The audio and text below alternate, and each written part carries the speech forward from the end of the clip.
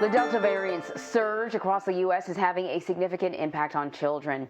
Pediatric doctors are now sounding the alarm. Children's hospitals are filling up with COVID-19 patients, and as schools look to welcome students back to the classroom, there is fear that the highly contagious mutation could quickly spread and further strain healthcare resources.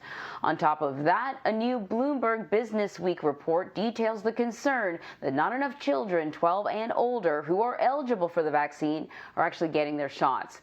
So Riley Griffin is the co-author of that piece and is here now. She's a reporter for Bloomberg covering drugs and vaccines.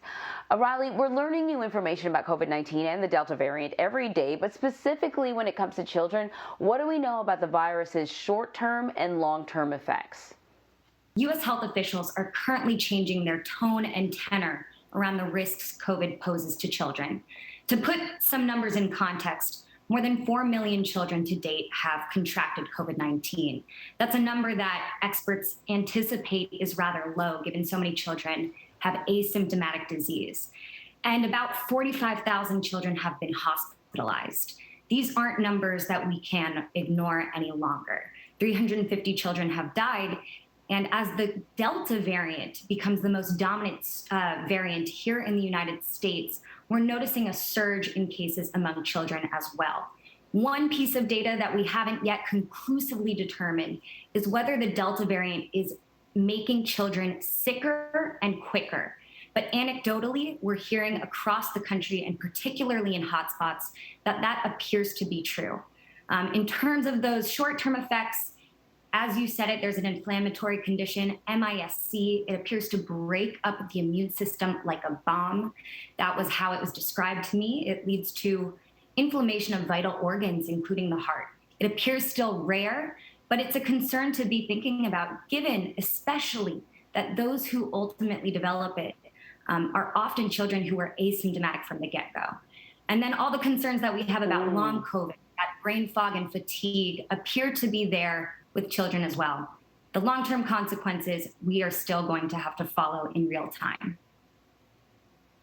That is so concerning because, unlike adults, children won't express themselves the same way. They won't say, I'm experiencing fatigue. They'll just sort of get really grumpy when you ask them to make their bed or something. And so it's very easy to misinterpret symptoms of illness as just bad behavior. Excuse me. So here's what we do know, though, that kids 12 and over are eligible for the vaccine. But how is that going? What are inoculation rates like? Yeah, only 45% of children aged 12 through 17 have yet gotten at least one dose of a vaccine. And that's a fairly low number. It's the lowest of any age cohort. And of course, they are the most recently eligible, but U.S. health officials had hoped it would be higher at this point as we go into the fall school year. We're seeing Biden and Anthony Fauci make a real push to reach children where they are on social media, with Gen Z pop star Olivia Rodrigo. But that low uptake is concerning given the coincidence in this surge. I wonder how much that is connected to parents, the adults simply being a little concerned about, giving the shot to their kid. Even if they got it, you look at this little body and you wonder, can it handle a brand new vaccine?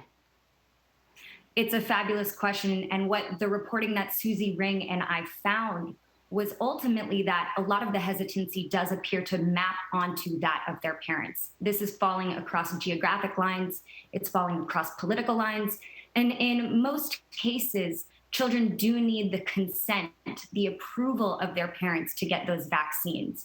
So it's no surprise that we're seeing trends play out similarly. But that should leave us concerned that ultimately, this is 25% of the US population, and it's 25% of the population globally. If we ultimately want to reach that elusive goal of herd immunity, reaching children is absolutely critical to that calculation.